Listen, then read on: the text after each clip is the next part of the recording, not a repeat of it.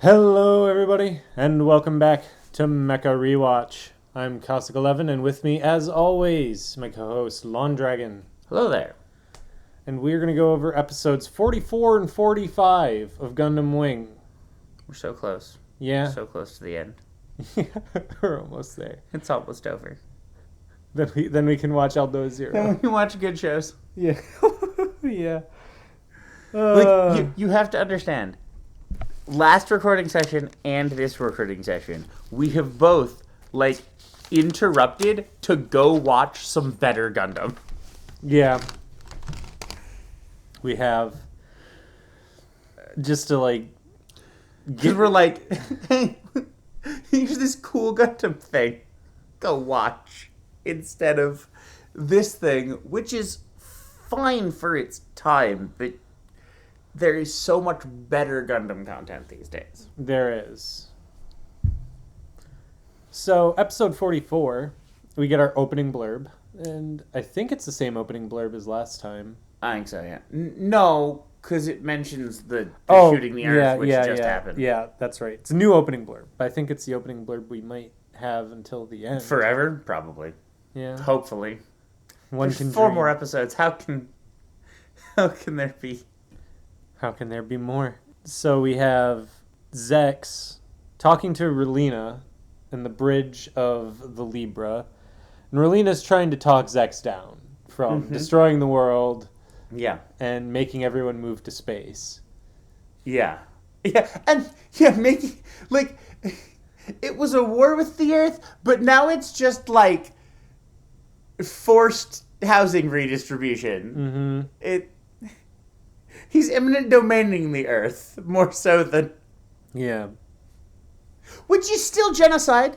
Yeah. Just a different kind of genocide. But forced relocation is still bad. But Yeah. it's weird that his goals have become dumber. Yeah. And I mean it's not much of a discussion. Relina kind of Relina's like, no, don't. And he's like, I'm gonna. And Yeah. then Relina's like, well, I can't actually... do anything to stop you. Yeah. And then Miliardo hugs Relina.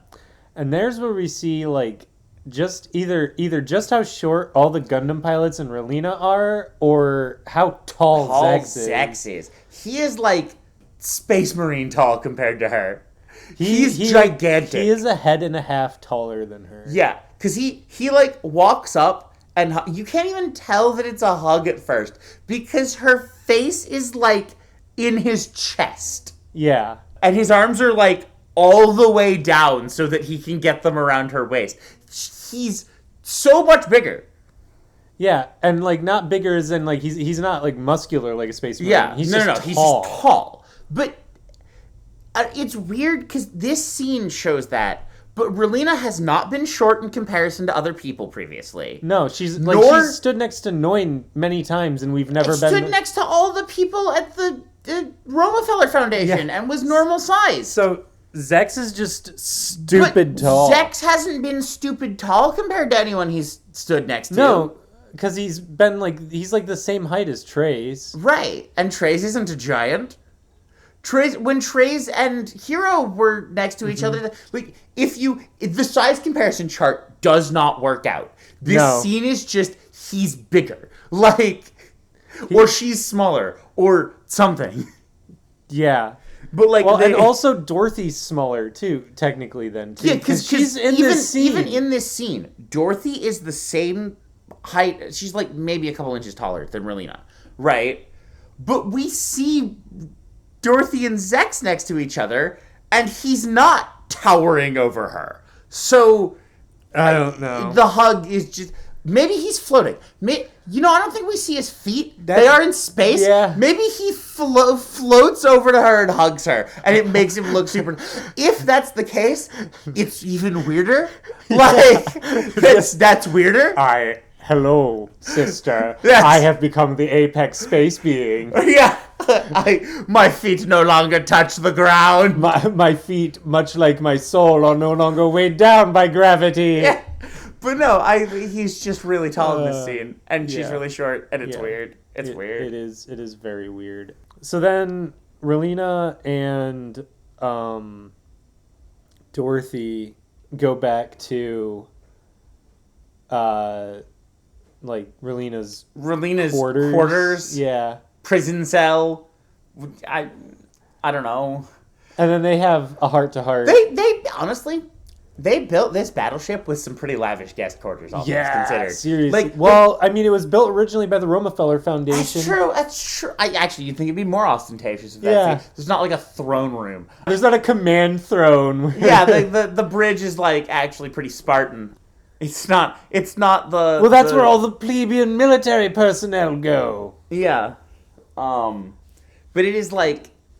I don't know, it's just one of those things when you build ships, whether they're spaceships or watercraft or whatever, space is at a premium. Yeah. So you tend not to have like these lavish guest quarters. One of the things I've always appreciated about Shepard's quarters on the Normandy in Mass Effect is that they are like flat against a bulkhead and like oddly shaped, because you just shove crew quarters in the like empty space between stuff, right? Like Shepard has the nicest, he's the captain's quarters, like the nicest quarters by far, but they're still just like between an armor plate and like the hull, right? Yeah, because they're quarters on a frigate. Right, they are technically spaced armor. If it comes to it in combat, your stuff is spaced armor. Like, yep, because hopefully something that breaches. Because during combat you won't be in them. Yeah. Right. Yeah. The only thing that'll be in them is your fish and your right. space hamster. Yeah, exactly. And I'm sorry, but those are going to be sacrificed to save the ship. Well, they do get thrown in a garbage bin at one point. That's true, they do. So then we cut to the Peace Million. Notably, Relina gets locked in her room by Dorothy. Well, Dorothy offers her a gun as well. Oh, yes. Dorothy's like, you're not very convincing. Or she says, you're not very persuasive. And Relina says, I don't need to be persuasive, I need to be convincing, which is a line, maybe that makes more sense in Japanese, it certainly doesn't in English. And then Dorothy's like, well, here's a gun, you can stop all this by shooting him. And Relina's like, no, I can't. And then Dorothy's like, is it because of your ideals or because you're related? We don't really get an answer to that question. But yeah, then she locks her in the room. Relina straight up states that she just doesn't believe peace can be brought about by assassination. Which I guess is an answer to the question. Yeah. Kind of dodges the question. It's a bit of a dodge.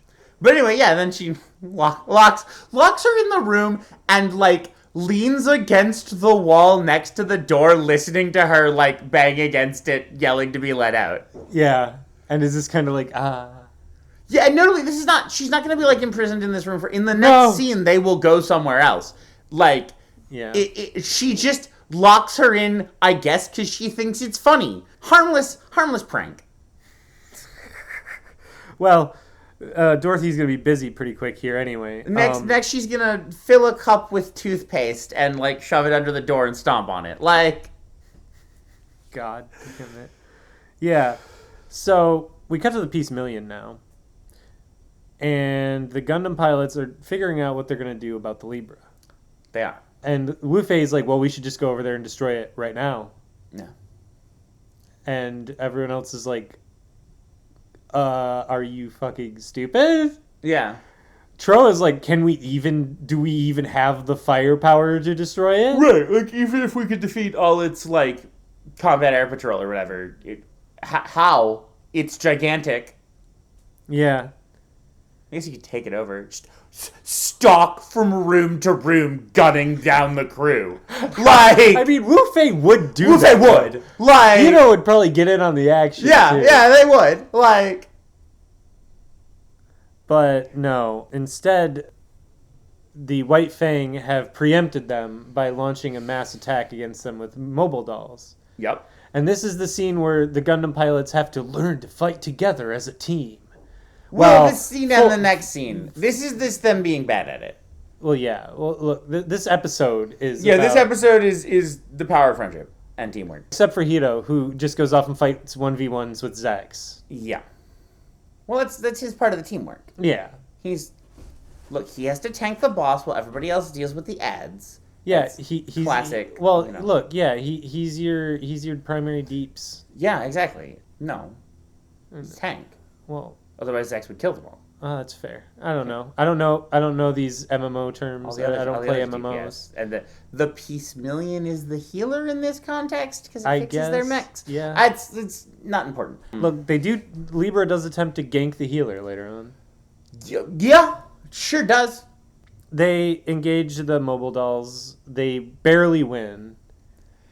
Yeah, well, they win, but, like, the assessment is, like, we took damage, and we can't get maintenance done faster than they can attack us, basically. Yeah, and if we take too much damage, we'll run out of parts and wear the mechanics into the ground, too. Right, like, yeah, we need, like, sleep and food and stuff, and we're not, like, getting the time for that. And so, yeah, they have logistics problems. Turns out even your Wunderwaffe have logistics problems. And during this first fight, Hiro doesn't participate because he's busy installing... That's true, yeah. He doesn't go because he is installing the Zero system on each of their mechs with floppies.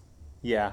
Because the Zero system is stored on, like, 30 floppies. Yeah, he literally pulls out a floppy, like, bay, like you would have in old presumably school. Every time, because it, like, learns. So presumably every time you take it into a battle, it, like, gets another floppy. Yeah. Which, okay. Or multiple floppies. I mean...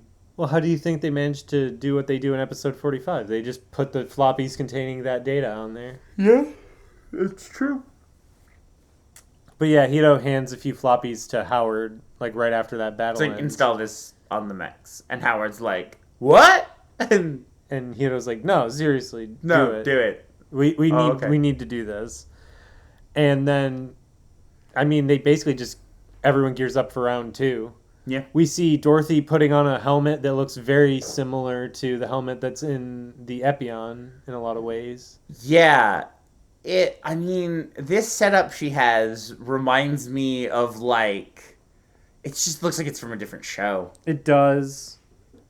It's very, she's like... got a helmet, and she's sitting in the middle of, like, this circular command center. Yeah, and there's, like, screens all around her, which is weird. The helmet doesn't have the open faceplate. I don't know what the screens are for. Presumably so that if someone else comes in, they can see everything, but how would that help them? Well, to be fair, all these screens have on them is, like, little text boxes that pop up. Oh, yeah. This is for the IT guy. Those screens are for debugging. Maybe. Okay. Sure. Although the number of text boxes does correlate to the number of suits she has left. So there you go. Oh, maybe it is for, Zex can peek in and be like, oh, I only have 20 how's the battle going? Oh, okay. Yeah, I only have 20 suits left. Well, shit. So that other people can peek in. Yeah, I don't. But yeah, she has this, like, VR helmet that blocks her eyes, so the screens are pointless. Yeah.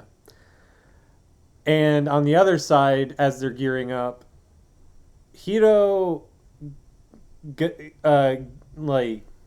to Ketra's mech while Ketra's in it and says, hey, Ketra, you know that Zero system that traumatized you? I put it in your suit. Traumatized you and caused you to kill your friend. Yeah. I put that in your suit. He's like, what? Why? You're the only one who can actually lead us. Yeah. Catcher's like, no, thank you. You should lead us, Hiro. And Hiro's like, I'm going to be 1v1ing Zex. Yeah. I don't have time to lead you. I don't have time to also do command and control, my dude. Like, and then... Frankly, Ketra, your Gundam is the weakest out of all of ours. Yeah, that's why we've made you do this. Is because your Gundam... You're not going to be as priority of a target. Yeah. And... He does have a new, like... submachine gun thing. Yeah, he has like an Uzi type He has an Uzi. He's an Uzi. Yeah, he has like a Mecha Uzi. Yeah, he sure does. In addition to his heat sights. Yep, that's his ranged weapon is a fucking Mecha machine pistol. There's a reason why he's made the command and control mech. It's weird too, because it's like, I don't know, it doesn't seem like the ability to command is consuming, like, resources from the mech. Like, okay, so back in ye olden days of military warfare, you used to have, like, command tanks that had, like, less in them because they had to have all the radio equipment and stuff. Yeah. Right? They frequently had, like, fake guns on them and stuff because the turret is full of actual, like, command stuff. But that's, first of all, that's a concept that's been largely abandoned in modern warfare. There are command vehicles, but they don't, like, pretend to be combat vehicles anymore. They're usually big planes with a massive fuck-off dish on them. Well, no, on the ground, too, you have command vehicles. Yeah, that's true. Although, usually, interestingly, in modern warfare, the commander is not usually in the command vehicle. The commander is out in a fighting vehicle. His XO is in the command vehicle. Yeah. It's complicated, but that's how it's done. Frequently. Not always. It depends on the commander. And it depends on the army, too. Yeah. It depends on your doctrine. Choice. Like, because in the U.S. Army, it's literally down to what vehicle the commander wants to be in. He gets paid. Yeah. My point is that I don't see why Sandrock can't have proper weaponry. It doesn't seem... It's not like it has a bunch of radio gear instead. I legit think it just comes down to Sandrock was designed last, and they didn't really know what to put on it. Yeah, I guess. They had the idea with the sickles. Yeah, and they were like, oh, that's not, like, cool enough. And, like... They're like, well, we need a ranged option. He's from the Middle East. Just give him an Uzi. Yeah. He's just an AK. Oh, God. Could you imagine? It would be so much worse if he had an AK. God. Now I'm just imagining Sandrock with, like, a mech-sized AK. With a mech-sized AK? Yeah. But even the Magwanaut Corps don't have a mech-sized AK. All the other Gundams kind of have, like, multiple interesting weapons.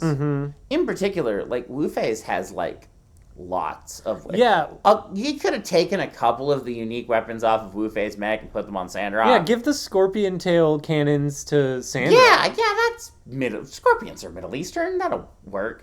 It keeps with the theme. Sure. But yeah, it is like... Gee, Wu-Fei, why does your mom let you have... the extra special weapons, while Sandrock doesn't... Yeah, Sandrock is just fucking easy. Like, and, like, a pair of heat blades. Yeah.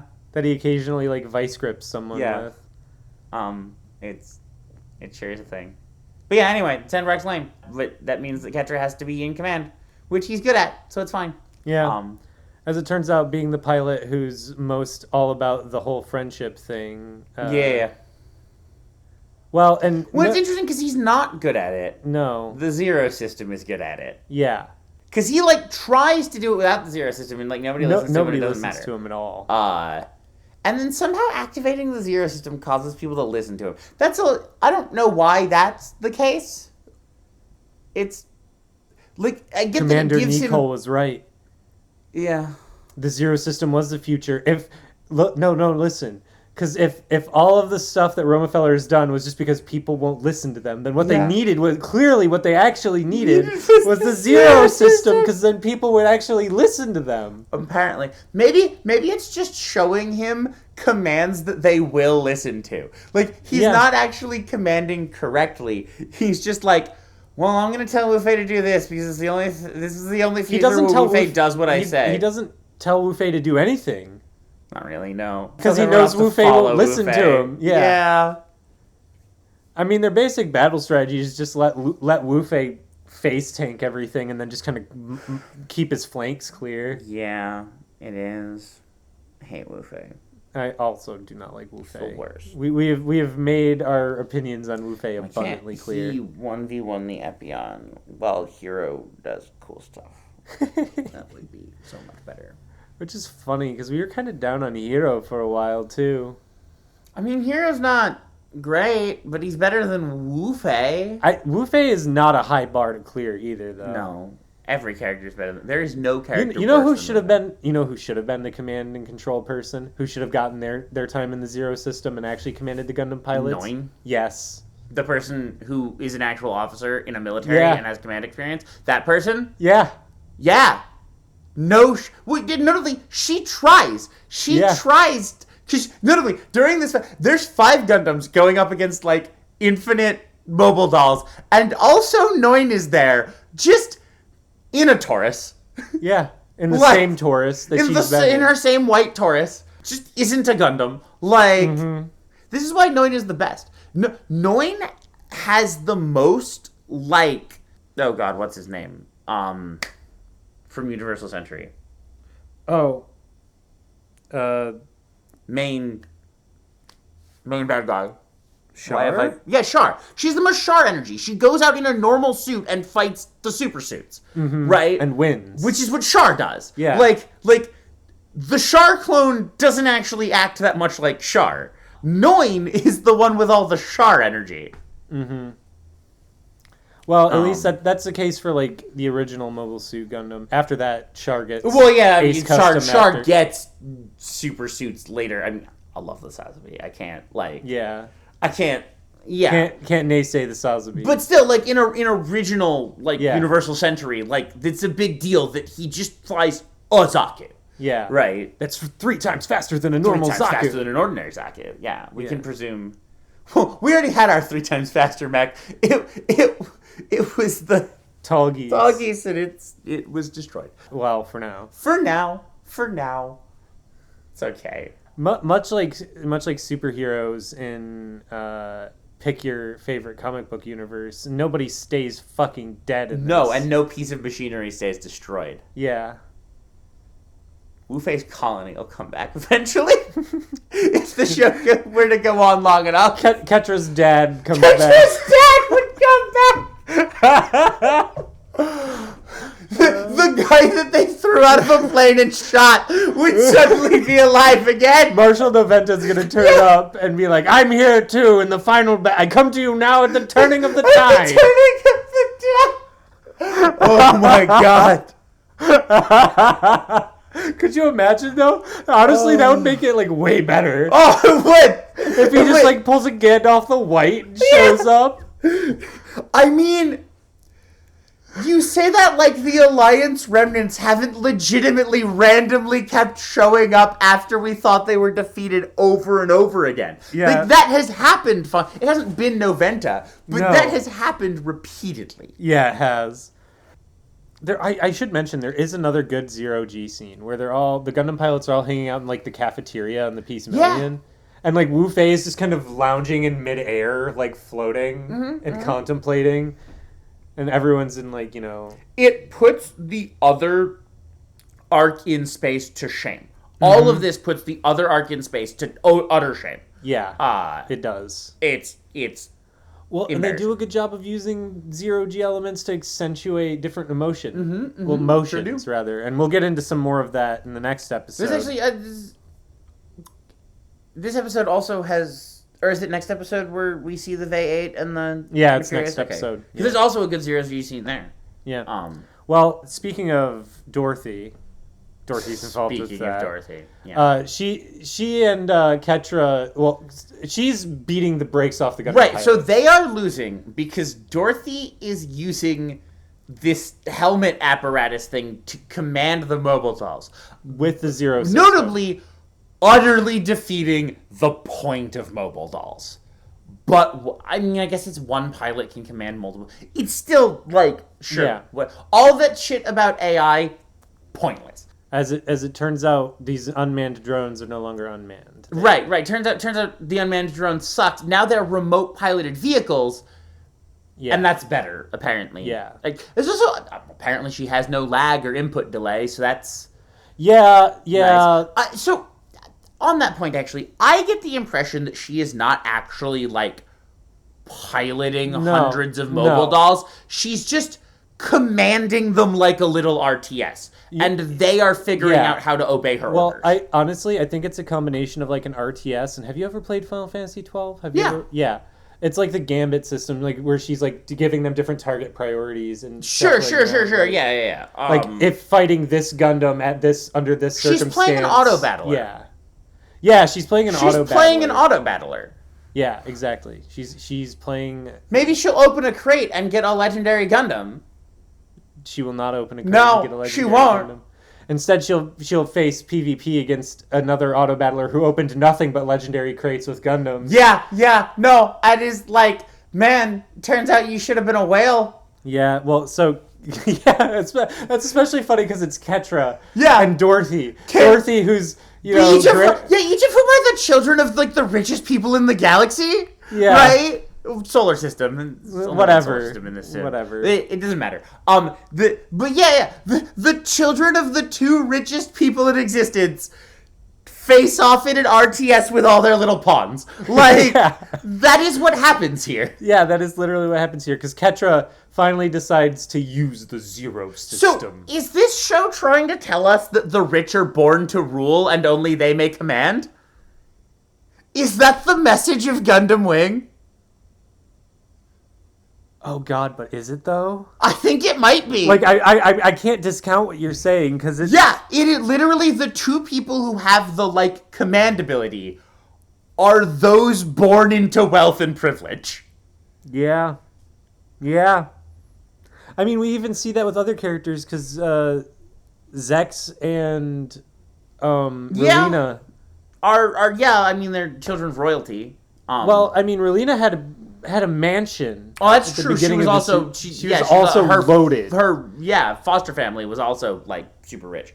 On like an ambassador salary too. There's definitely some kickbacks there somewhere. Well, because they were servants of the Saint Kingdom, and when the Saint Kingdom fell, they kind of ran off with most of the treasury, and we don't like to talk about that. Yeah, we don't talk about that.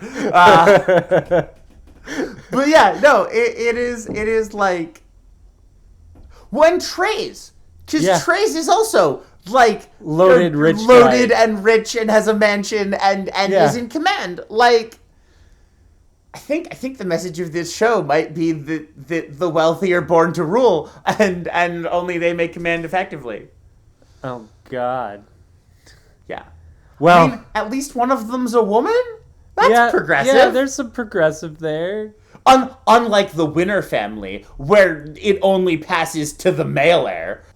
Even though it's outright stated that his sisters are running his the business. Sisters are older than him and running the empire. Yeah. But he will inherit and command over them because it is destined as firstborn male child. The weight of the Roberba Winner Empire rests on your shoulders, Ketra. The once and future winner. The once and future winner. Oh, God. Anyhow, on to episode... No, wait. Sorry. I have one more. Oh. Take up the Zero system, Ketra. Become who you were born to be. Oh, yes. Yeah, here we have the Zero system, Flame of the West, forged from the shards of Wing Zero. Yeah, fucking damn it. The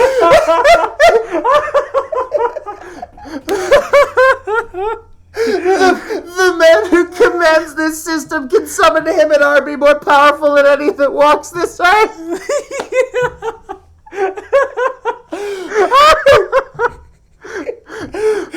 One space battleship to rule them all. Oh, God. Oh, no. Anyway. Tubarov, build me an army worthy of Mordor. Oh, God. Anyhow, episode 45. Yeah. Opening blurb.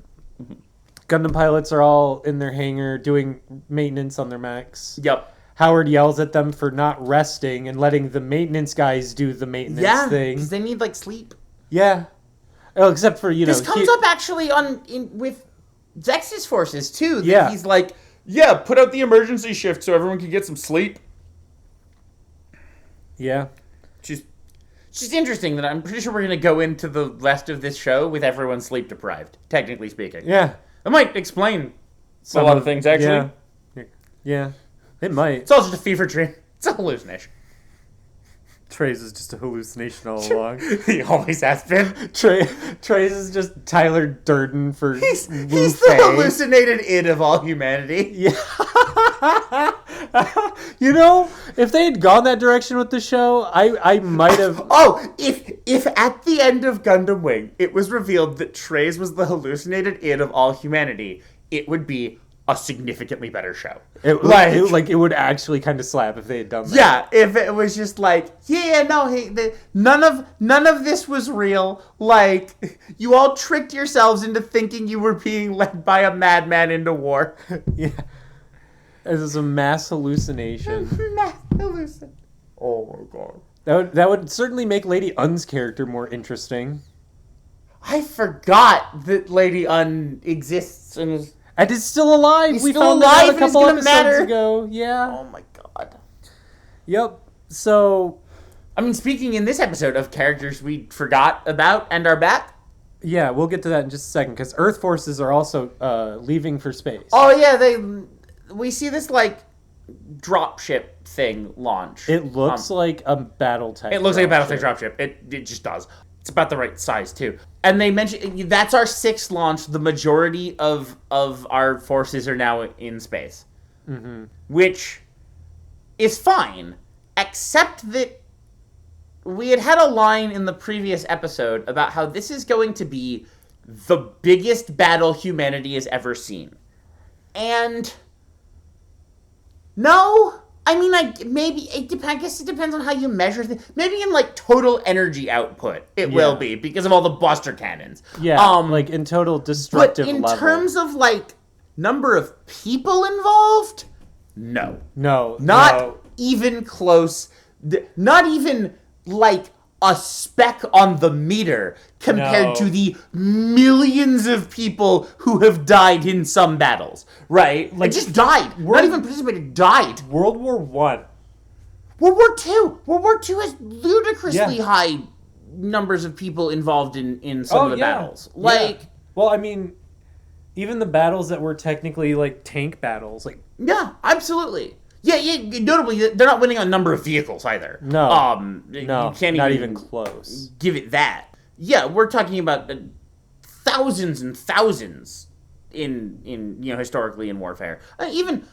Even modern battles are larger than this battle is going to be by any of those metrics. Yeah, like, I mean, even the Battle of like Fallujah. Yeah, Fallujah involved more people. There are battles currently happening in Ukraine that are larger than this battle is going to be by number of people and vehicles. Yeah, yep. By a lot, too. Significant margin. So on any of those metrics, it is not the largest battle humanity has ever seen. But again, total energy output.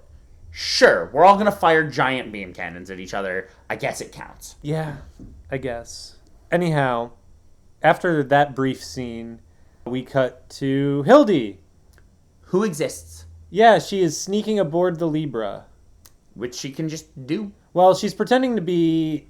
Like a cargo ship? Yeah, a cargo ship that's putting spare parts I on. guess the Libra doesn't... I mean, it has farms on board. Well, and I think, much like us, everyone in the White Fang kind of forgot Hildy existed as an ally of the Gundam pilots. One presumes.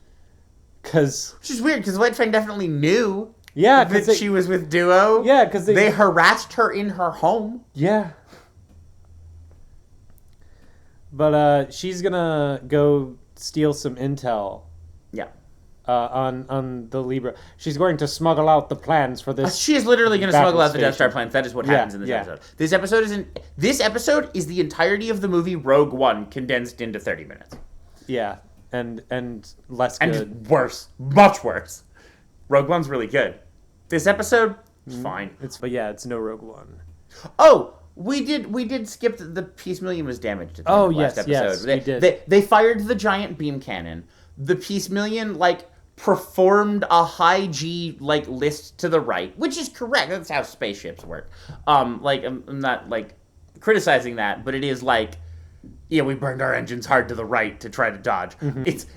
It's done in this very, there's lots of yelling and tension, and then it cuts to what's actually happening in space, and it's just kind of slowly moving to the right. Yeah. And it would... Just don't show that scene.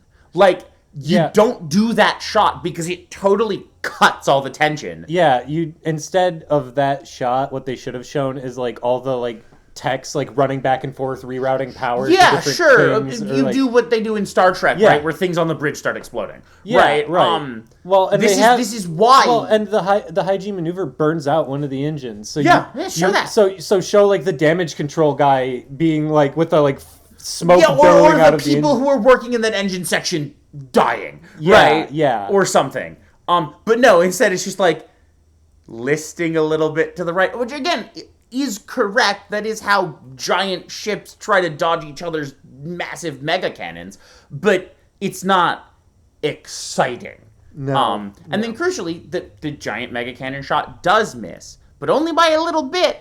And like, even just the heat radiating off of the laser is enough to like significantly damage the Peace Million. Yeah, it like cooks off a bunch of the panels on it. Yeah, and stuff. which is pretty rad. That's yeah, it's pretty cool. I do love that right after that, Sally Poe, who's giving most of the orders on the Peace Million, goes, For some reason.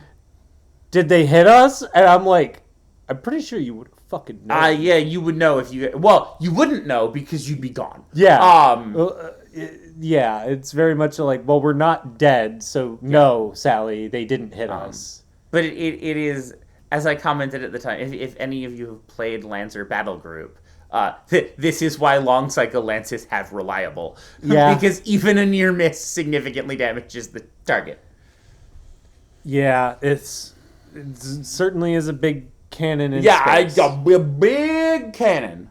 We have yet to get any information on how much damage it did to the Earth when they shot it. Yeah, they haven't mentioned They haven't mentioned, like, oh, there are billions dead, or, like, nothing happened. Or this one island got completely vaporized. Yeah. I choose to believe he fired it specifically at the, like, Bikini Atoll. Like, Yeah. the final weapons test to annihilate these islands. Also, firing the giant cannon, like, damages the Libra, such that they can't fire again for a while. Yeah. Which, I just have some design notes, Tuberov, about your giant Yeah. battleship. Maybe Your giant battleship whose one job is to fire this giant laser, maybe design it in a way that it doesn't damage itself. Maybe less budget into the opulent guest quarters. Yeah. And more into heat sinks Yeah. or whatever. Yeah. Because it is, Tuberov was just fundamentally incompetent. I would love. That's the other thing we needed in this was like cans going. Of course it overheated. Tuberov's a fucking moron. Why didn't we think? What? Why did he design again a ship that has one job? Right. Yeah. It's not like it does a bunch of. It has one job to fire this giant cannon. Surely you can do the basic math of this is the wattage output that goes through these circuits. Don't overheat them. Yeah. You would think that. You would be wrong. Yeah, you would be right. And it's not like they rapid cycled it or fired it at 10 times power or something. Right, no. They just fired it normal, and it overheated the mechanism. Well, notably, because we did forget to mention that Ketra and Dorothy both figure out that the other one is the commander on the opposite side. They're like, And Dorothy whips off her helmet and shouts, "Fire the main gun." yes. Which everyone else on the bridge when she does that is like, "The fuck you say?" Which is weird, because again, you work on a battleship whose one job is to fire the main gun. So you'd think that'd be the order you're prepared for. Yeah. Especially when you're quote-unquote engaged in combat with, like, the only other spaceship. Right? There is one other large spaceship in this entire solar system, as far as I can tell. Yeah. And you're currently... This is the time. This is when the main gun is relevant. Yeah, because you're trying to assert space superiority. Right. This is what this ship was built for, and it's bad at it, is my point. It is purpose designed to do this, and it utterly fails. Yep. So we get some scenes on the Libra, speaking of the Libra. We get some scenes in the hangar where Dorothy is giving Relina a tour of the hangar. Again, having let her out of her room eventually, I guess. Yeah, so presumably she decided to let Relina out of her room. And Relina, being totally dedicated to pacifism, does not immediately slap, punch her, or run away. Or do any... She's just kind of like, oh, okay, I've been let out of my offensive prison action. now. Let's hang out. Yeah. And Dorothy's basically like, witness the full might of these two battle suits. Yeah. These two mobile suits.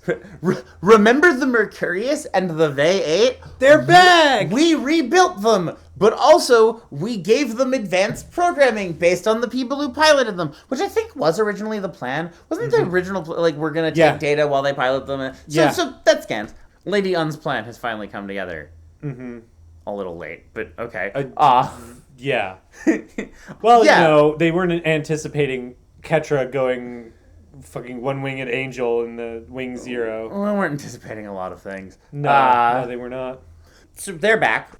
Again, it's clearly like, well, we need some more special suits because we can't...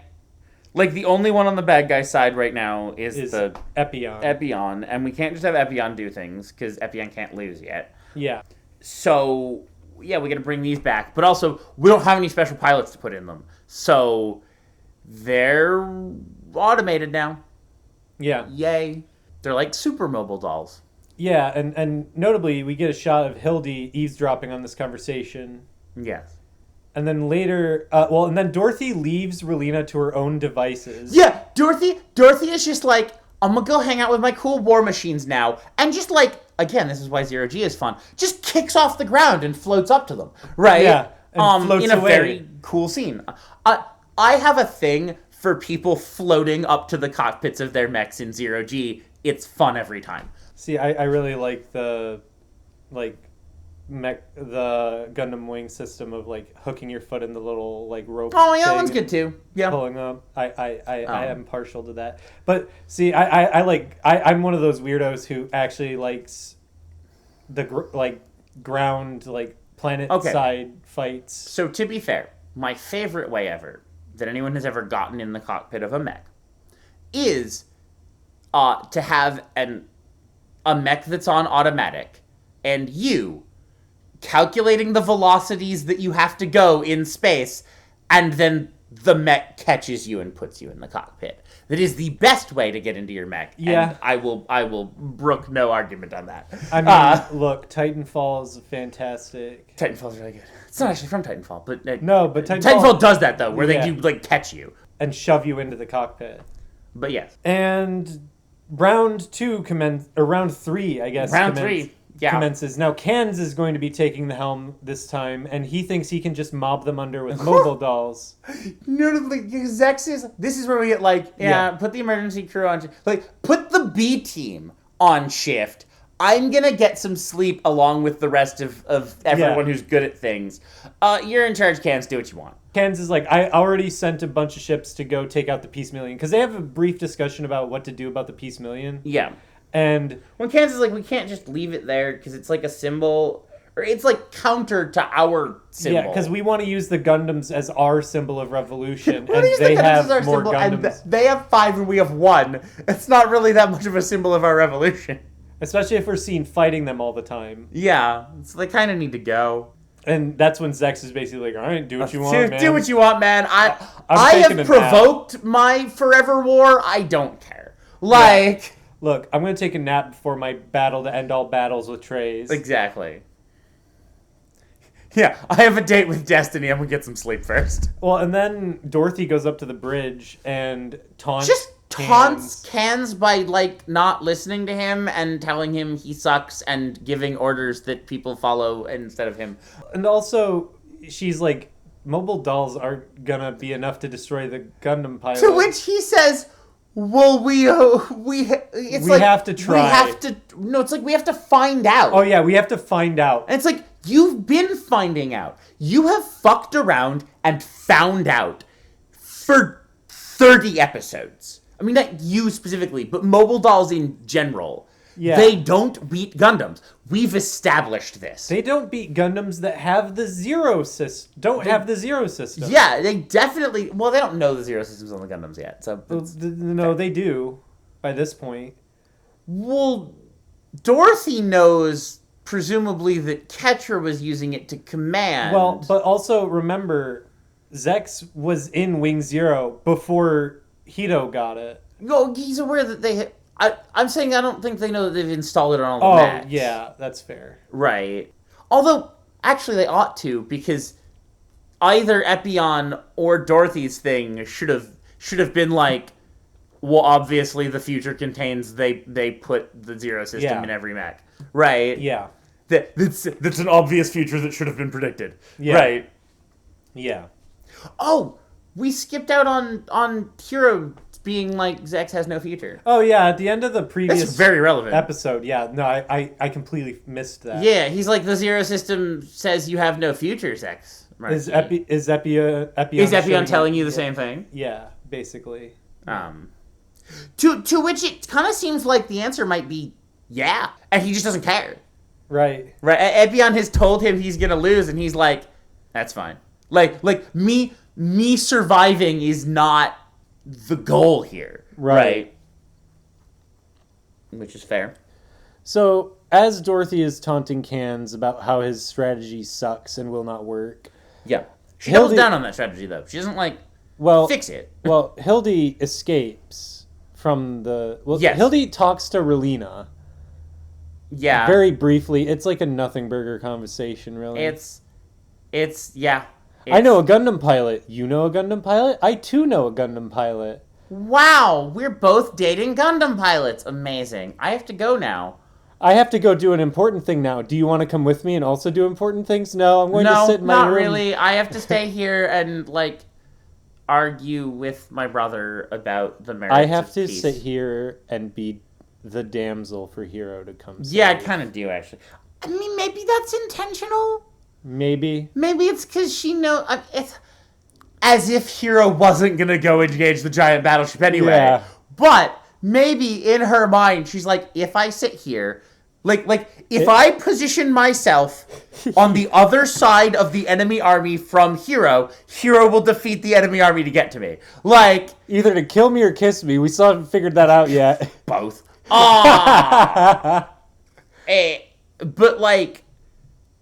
I would love to see a, damsel in distress who does intentionally do that. This guy's always going to come for me, so I am just going to get armies wiped out by standing over here. We have, a war that's brewing with this other empire. Well, I'll just... Constantly, intentionally gets captured, because, Or, goes there on a diplomatic mission, and then leaks false intel to the Hero. Right. That she's been captured and being held hostage. Or again, goes to negotiate with the guys who she knows will, betray her and capture her. Right? And then they're like, now we'll ransom you back to your kingdom and you'll, become a vassal. And she's like, no. You're already dead. Oh, that'd be good. That'd be a good way to manipulate that trope. Yeah. Writers, if you're out there listening to this, It must have been done. I think obvious. I feel like it has been. I just haven't run across the media that's done it that way. Anyway, this conversation is dumb and doesn't pass the Bechdel test. No, because they just talk about their pilot boyfriends, and then they leave. Yeah, and then Hildy busts out using a Taurus cruiser. Yep, a Taurus cruiser. That is what they call it. Yeah, which initially sounds like they're calling it a Taurus-class cruiser, but I think it's just a cruiser that carries Tauruses. Yeah, that's almost certainly what it is, because she's in a Taurus. Yeah. She's in a red Taurus. It is a red Taurus.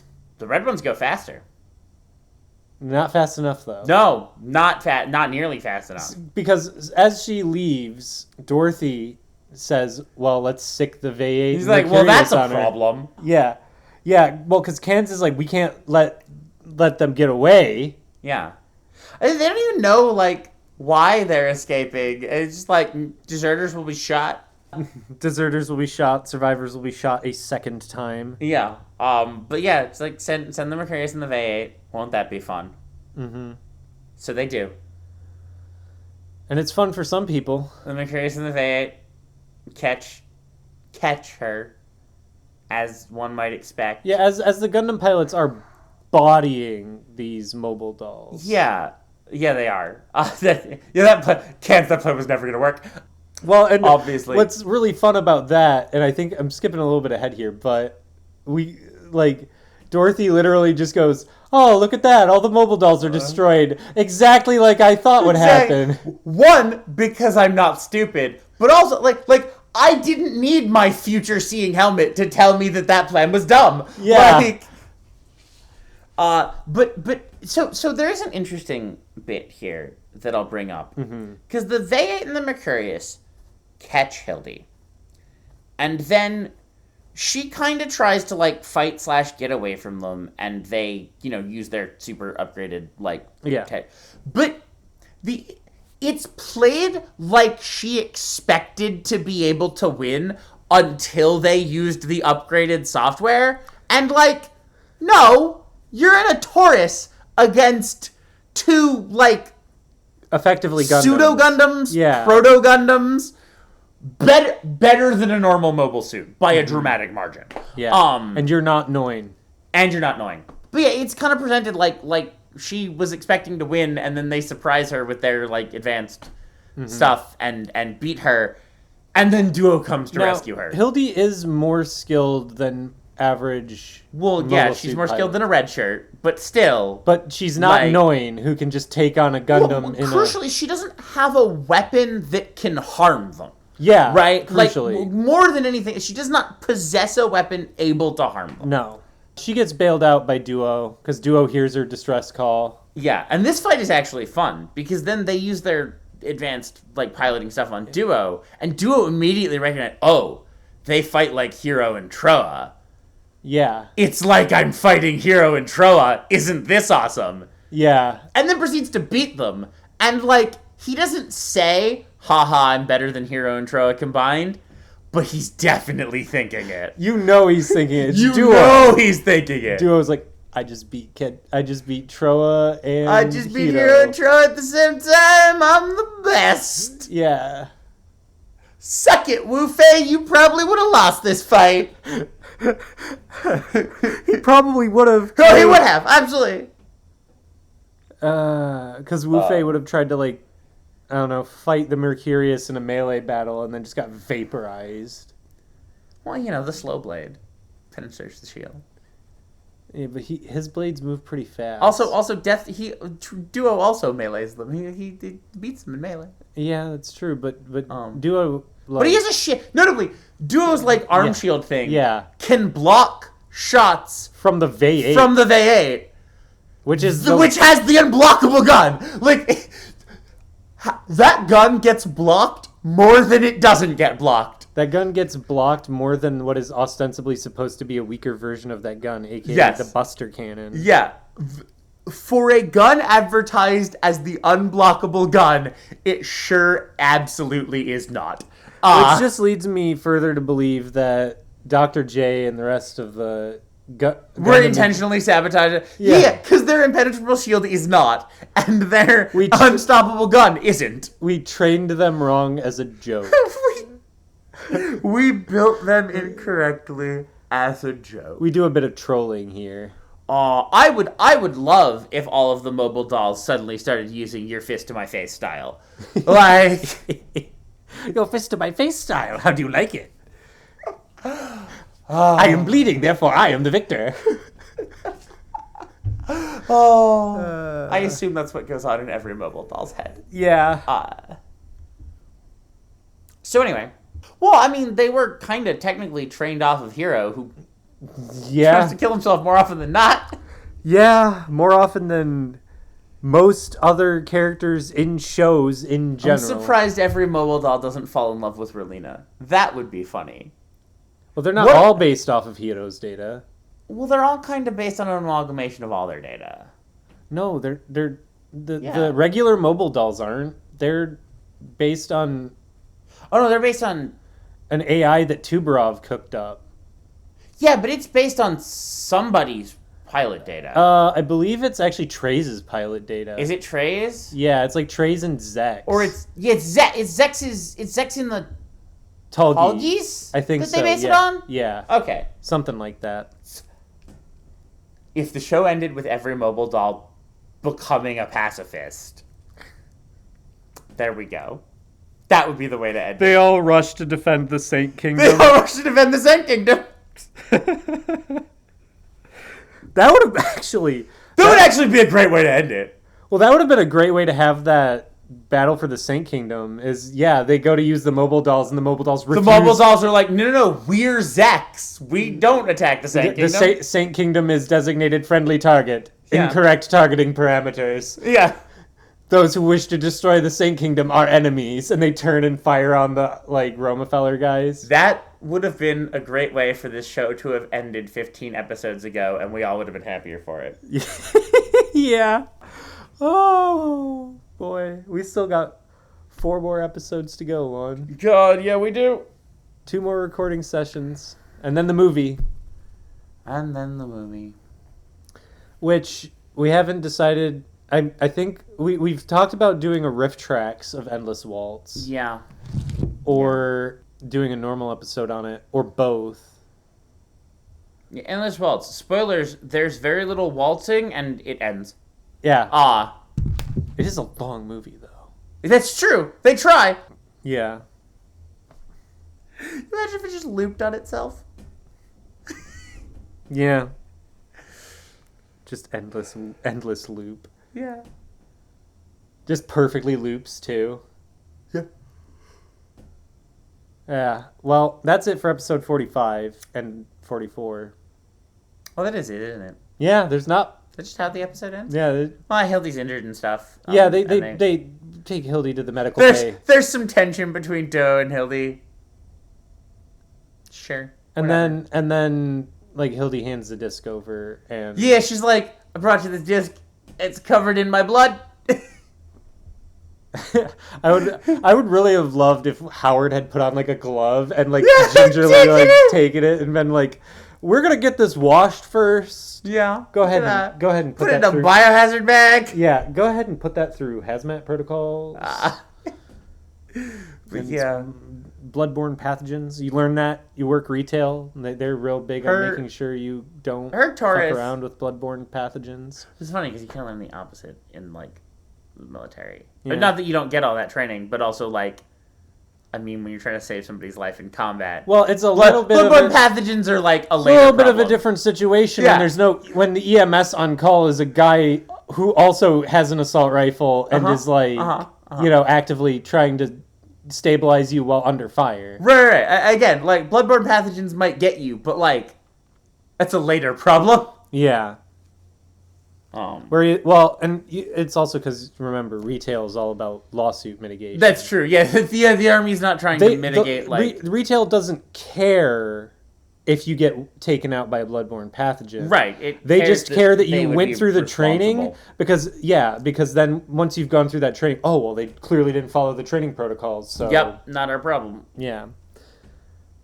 Welcome to the dystopian future. It's not as cool as everyone thought the dystopian future would be. It's pretty cool. There's cool bits of our dystopian future. I mean, look, it's we all have runner names. Like, that's true. Everyone's a runner. Yeah. You.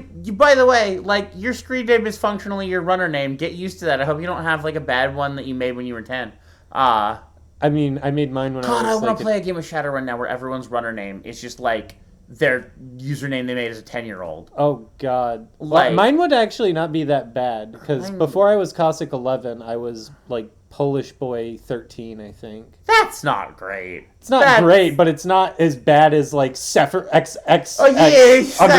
Sephiroth XX, that's true. Yeah, like 666, 420, 69, blaze it. Yeah. It's true. Still.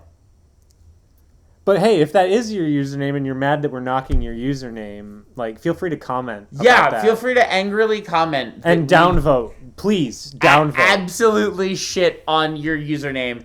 It sucks. If your username contains Sephiroth in any form, it sucks. And you're the worst. Fight me. You were probably an edgelord at some point. Right. You might be better now. I don't care. Also, if you have the numbers 666, 420, or 69 in it. Yeah. That's ironically or unironically. Yeah. I don't care. If you did it ironically, no, it's still bad. That's almost worse. Yeah. At this point, the irony is kind of like gone at this point. Well, it's not even that the irony is gone. It's that the edgelordiness of doing it ironically is just as bad. Yeah, it's right. An equivalent You're even level. more of an edgelord to be like, I'm gonna make fun of all. No, this is worse. It's worse. Yeah. Anyway, like, share, and subscribe. Engaged for the engagement gods. Oh, God. And until next time, peace. See ya.